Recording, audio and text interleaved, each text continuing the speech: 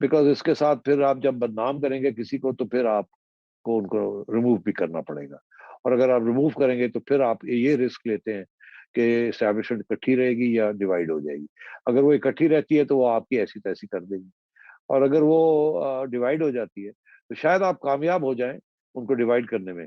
मगर ये मैं आपको बता दूं कि अगर कोई नया हेड ऑफ द एस्टैब्लिशमेंट आएगा तो वो किसी सूरत में भी आपकी साइड नहीं रहेगा, क्योंकि एस्टैब्लिशमेंट की जो इंस्टीट्यूशनल व्यू है, not personal view, institutional view जो है वो ये है कि खान साहब हैज डैमेज्ड अस, हमारे से गलती हो गई ये हाइब्रिड सिस्टम को लाने में, इनको एक बॉन्सॉय लीडर बनाने में, और इन्होंने हमें बहुत नुकसान दिया। अब इनका वक्त आ गया जाने का, अब हम अपने दूसरे ऑप्शन जो उसके ऊपर काम करते हैं, और वहां कुछ हमें कुछ कामयाबी भी है।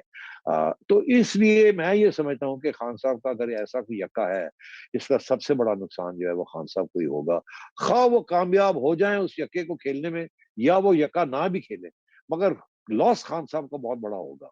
और अगर लॉस दोनों साइड्स का होता है कि वो एस्टैब्लिशमेंट सोचती है कि अब ये बहुत लोग लड़ाई झगड़े भी हो रहे हैं, ये भी हो रहा है, तो फिर हम कुछ करते हैं, तो फिर एस्टैब्लिशमेंट का जो है वो फाइनली जो है वो उसको सॉफ्ट लैंडिंग हो जाएगी ऑपोजिशन, पर खान साहब की बड़ी हार्ड लैंडिंग होगी। और तारीख यही बताती है कि जब एस्टैब्लिशमेंट के साथ कुछ लंबा पंगा लेता है तो उसकी बड़ी हार्ड लैंडिंग होती है। बेनजीर भुट्टो साहिबा, जुल्फिकार अली भुट्टो, नवाज शरीफ साहब, ये आपने सब आजमा के देख लिया है। जब हार्ड लैंडिंग होती है तो 10-10 साल फिर बाहर एग्जाइल में ही रहना पड़ता है, और या फिर और इससे ज्यादा भी सजाएं बढ़ जाती है। तो खान साहब को जी सोचना चाहिए कि अगर ऐसा कार्ड प्ले करेंगे तो he will be the biggest loser. जी, ये बिल्कुल आपने ये ठीक है। बल्कि अभी हम बात करें तो वो समा टीवी के ऊपर एक न्यूज आइटम भी चल रही है कि वज़ीर-ए-आज़म इमरान खान से दो अहम लोगों की मुलाकात हो रही है। पता नहीं वो कौन है, ये बाद में पता लगेगा और क्या उस मुलाकात में होगा। लेकिन मैं आपने तो ये पॉइंट ऑफ व्यू दिया सेठी साहब एस्टेब्लिशमेंट का, कि वो उनका जो आपके नजदीक जो उनका इस वक्त मौकफ है इंस्टीट्यूशनल एक व्यू पॉइंट जो होता है। लेकिन जाहिर बात है खान साहब कोशिश तो कर रहे होंगे ना, या उनके बिल्कुल कर रहे हैं। एमिसरीज के जी कर लो पीछे मान जाओ, let's find a way out. आपको लगता है कि कोई ऐसी चीज मुमकिन है अगले 10 दिनों में, एक हफ्ते में, कि ये व्यू बदल जाए? क्योंकि जैसे आपने कहा ना कि ये प्रोपेगेंडा भी हो रहा है कि जी बड़ी खबर आ जाएगी, ब्रेकिंग न्यूज आ जाएगी।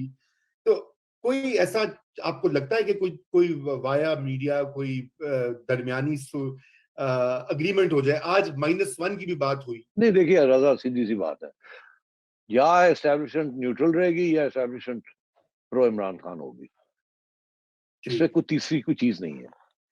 तो अगर वो न्यूट्रल नहीं होती और खान साहब बच जाते हैं तो उसका मतलब ही ये होगा कि वो न्यूट्रल है, न्यूट्रलिटी वो छोड़ दी उन्होंने और वो खान साहब के साथ खड़े हो गए। इसका मतलब ये होगा, सीधी सी बात है।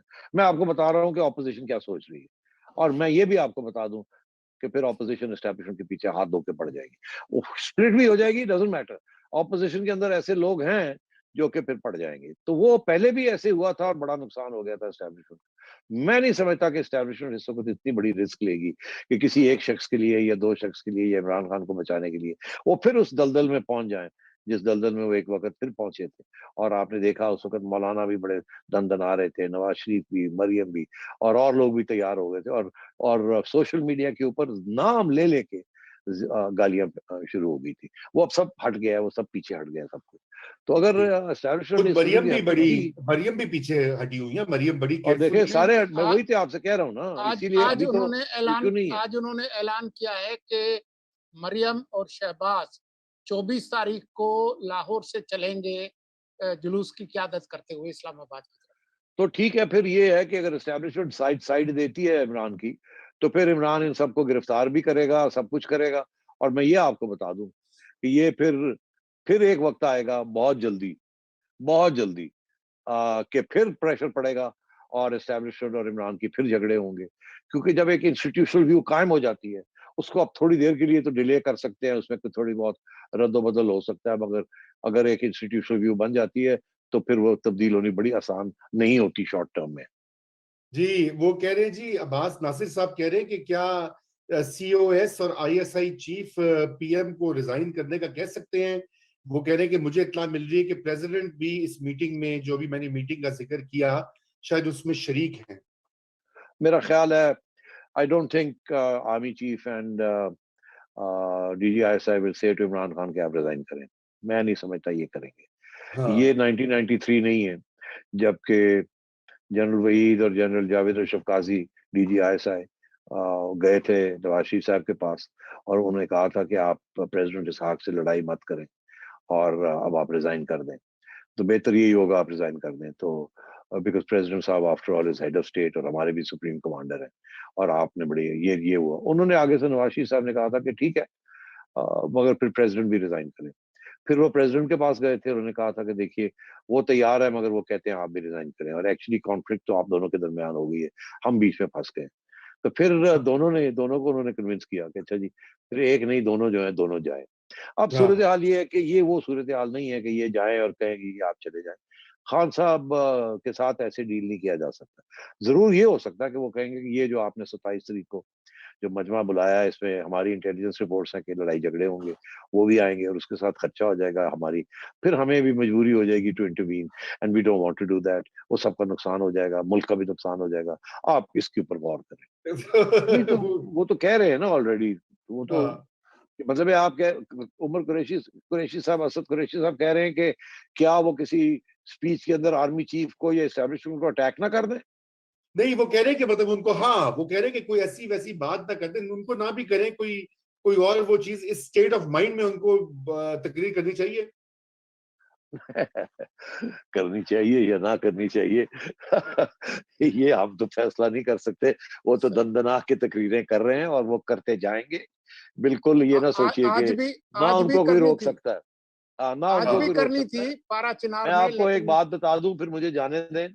इमरान खान साहब, ये मेरा अभी दो दो दो दो पॉइंट्स ऑफ व्यू है। कुछ लोग हैं वो कहते हैं आखिरी स्टेज पे इमरान खान साहब will throw in the towel और कहेंगे हैंड्स अप हो जाएंगे, चलो यार डन करो, खत्म करो, वर्ड ऑफ कॉन्फ्रेंस करो, मैं घर जाता हूँ, I live to fight another day. मैंने लड़ाई कर ली मगर आखिरी स्टेज पे I will not jeopardise everything and the constitution, national unity, बड़े मसले हैं, मैं चला जाता हूँ हाई मॉरल ग्राउंड लेके। एक साइड ये कह रही, दूसरी साइड ये कह रही है कि खान साहब is the sort of man, वो कहते हैं अगर मैं नहीं घर चलाऊंगा तो मैं घर को आग लगा दूंगा। मैं चला जाऊंगा मगर घर को आग लगा के जाऊंगा। If I can't run it I burn the house down. तो मेरा ख्याल है कि इन बिटवीन कोई गुंजाइश नहीं है, या वन और द अदर ही होगा। और if he Burns the house down, मैं आपको ये बता दूं कि ठीक है for the time being house is burn down, opposition भी गई और इमरान साहब और पीटीआई भी गई, बिकॉज फिर मिलिट्री एस्टैब्लिशमेंट डायरेक्ट इंटरवेंशन हो जाएगी। That's what it means when you say house is burn down.